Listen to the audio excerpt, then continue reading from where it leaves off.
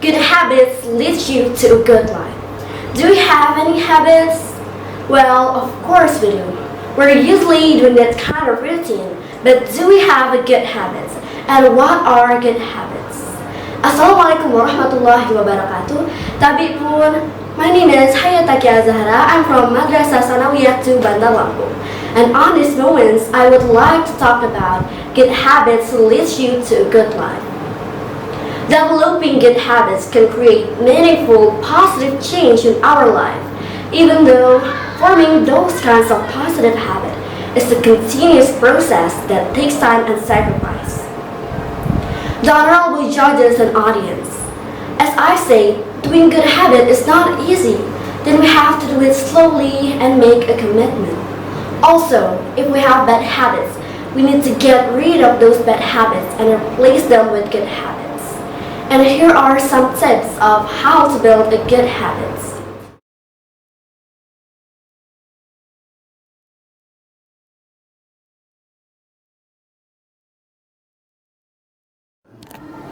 First step, determine and advance what good habits will form. Second step, make it easier to find and see. For example, we want to build a habit of reading before bed. So when you wake up in the morning, put a book in your bed. So that at night before going to bed, you will remember to read because there is a book in your bed. Third step, make that habit interesting. Habits become more interesting when they're associated with positive feelings.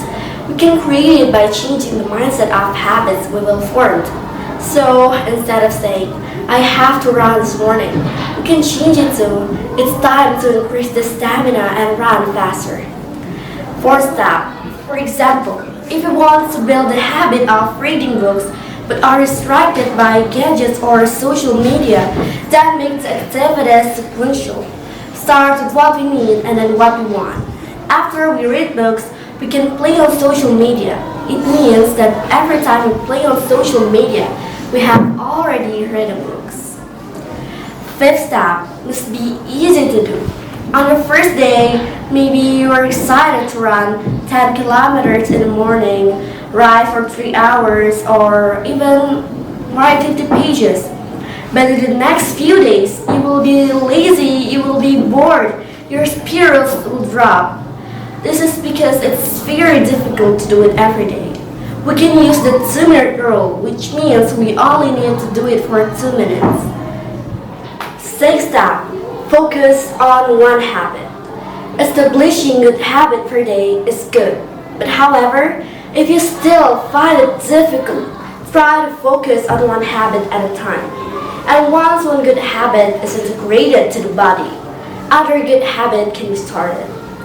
And when a person begins to realize that habit produces many great benefits, subconsciously we will continue to try other good habits. Seventh step, make a goal out of every habit.